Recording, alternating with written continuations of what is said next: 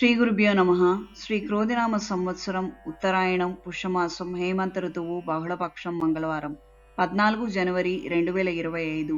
పాడ్యమి రాత్రి 3:22 వరకు, పునర్వసు నక్షత్రం ఉదయం 10:16 వరకు, వర్జం సాయంత్రం 6:20 నుండి 7:56 వరకు, దుర్ముహూర్తం ఉదయం 9:03 నుండి 9:48 వరకు, రాత్రి 10:27 నుండి 11:12 వరకు, రాహుకాలం మధ్యాహ్నం 3 గంటల నుండి 4:30 వరకు, శుభ సమయం ఉదయం 7:55 నుండి 9 గంటల వరకు, సాయంత్రం 5:30 నుండి 6:15 వరకు.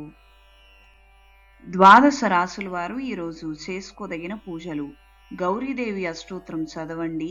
సుమంగళి పసుపుతో అమ్మవారిని అర్చన చేయండి. మేషరాశి: కొత్త కార్యక్రమాలకు శ్రీకారం చుడతారు. జీవిత భాగస్వామి సలహాలను స్వీకరిస్తారు. వృషభ రాశి: అనుకోని కొత్త అవకాశాలు లభిస్తాయి. మానసిక సంతోషాన్ని కలిగి ఉంటారు.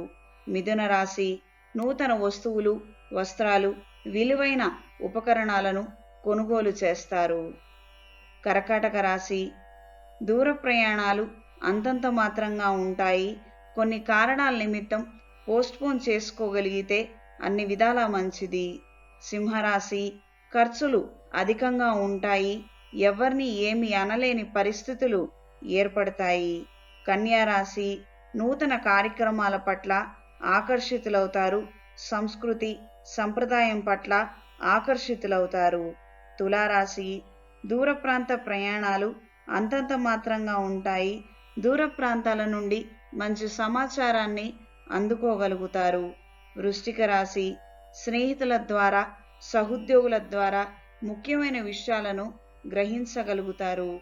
ధనస్సు రాశి: నూతన పెట్టుబడులకు సంబంధించిన ఆలోచనలు అంతంత మాత్రంగా ఉంటాయి. మకర రాశి: ఆరోగ్య విషయంలో మెలకువల అవసరం.